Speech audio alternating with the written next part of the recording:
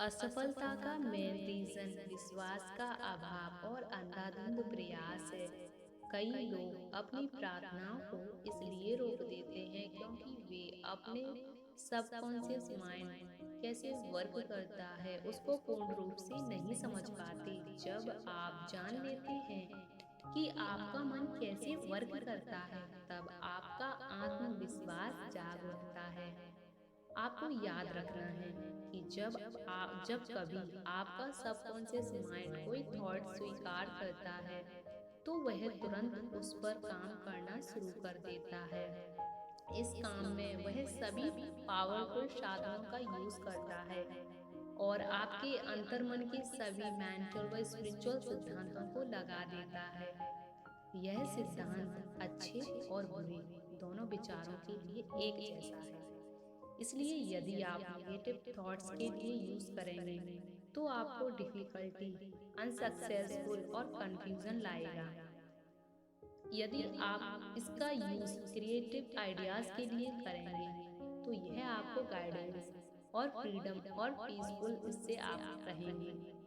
यदि आपके thoughts positive हैं, क्रिएटिव हैं और प्यार से भरे हैं तो यह सही परिणाम मिलना आपके लिए अनिवार्य है। इससे पूर्ण स्पष्ट यह हो जाता है कि असफलता पर विजय प्राप्त करने के लिए आपको केवल यह प्रयास करना है। आपका अवचेतन मन आपके विचार या आपकी मांग को अभी सच मानकर स्वीकार कर ले और आपके मन का सिद्धांत जो बचा है सब काम पूरा कर देगा। मेंटली प्रेशर का यूज आपके लिए हमेशा असफलता लाएगा। आपका अवचेतन मन प्रेशर में काम करना नहीं पसंद करता। आपको रिजल्ट मिलने में असफलता का कारण आपके यह शब्द हो सकते हैं, जैसे मुझे कभी सफलता नहीं मिलेगी, मुझे कोई रास्ता दिखाई नहीं देता, सब व्यर्थ है, मुझे समझ में नहीं आता कि मैं क्या करूं, मुझे कुछ सूझ नहीं रहा। जब आप ऐसे शब्द बोलते हैं तो आपको अवचेतन मन से कोई प्रतिक्रिया नहीं मिलती है, कोई हेल्प नहीं मिलती है। मान लीजिए यदि आप कार में बैठते हैं और 5 मिनट में ड्राइवर से ज्यादा तरीके से हर एरिया में जाने के आदेश देते हैं तो वह उलझन में पड़ जाएगा और शायद आपको ले जाने से भी इनकार कर देगा। ठीक ऐसा ही बर्ताव आप अपने अवचेतन मन से करते हैं तो वह भी ऐसा ही व्यवहार करेगा। आपके मन में स्पष्ट विचार होना जरूरी है। आपको निश्चित निर्णय लेना चाहिए ताकि समस्या का निदान हो सके। आपके अवचेतन मन में निहित असीमित ज्ञान को आपकी समस्या का हल मालूम है। जब आप अपने चेतन मन में स्पष्ट निर्णय लेंगे और आपका मन उसके लिए तैयार हो जाएगा तो आपकी आस्था के अनुरूप वह उसका समाधान कर देगा। आपका कोई विरोधी नहीं है। इच्छा शक्ति की जगह कल्पना का प्रयोग करें। आप जानते हैं कि आपके अवचेतन मन के प्रयोग में कोई विरोधी नहीं है।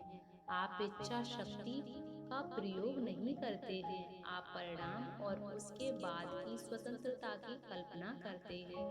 आप देखेंगे कि आपका विवेक आपके मार्ग में आएगा, किंतु आप अपना व्यवहार सरल बालक की तरह बनाए रखें, जिसे कि चमत्कार होने का विश्वास होता है। मान लीजिए आप बीमार या किसी समस्या से पहले की अपनी छवि की कल्पना करें। अपनी चाहत के अनुकूल स्वतंत्रता की भावना को कल्पना में साकार करें। बीच की सभी उलझनों को नजरों से गायब कर दें। आसान मार्ग उत्तम है। आपके अवचेतन मन से प्रतिक्रिया प्राप्त करने का चमत्कारी उपाय, जैसा कि पहले कहा जा चुका है कि आपका अवचेतन मन आपके शरीर का निर्माता है और सभी प्रमुख कार्यों को नियंत्रित करता है। जो भी आप प्रार्थना में विश्वास के साथ मांगोगे तो वह तुम्हें मिलेगा। विश्वास के मायने हैं उसे सच मान लेना। सच की मन स्थिति को बनाए रखेंगे तो आपको प्रार्थना की सफलता का आनंद मिलने लगेगा।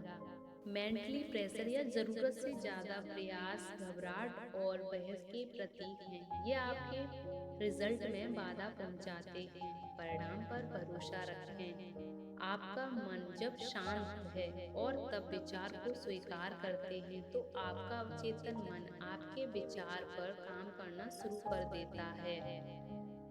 आप सोते समय अपने चेतन और अवचेतन मन के बीच मतभेद को दूर रखें। सोने से पहले अपनी इच्छा की पूर्णता के बारे में बार बार सोचें। शांति से सो जाएं और आनंद में उठें।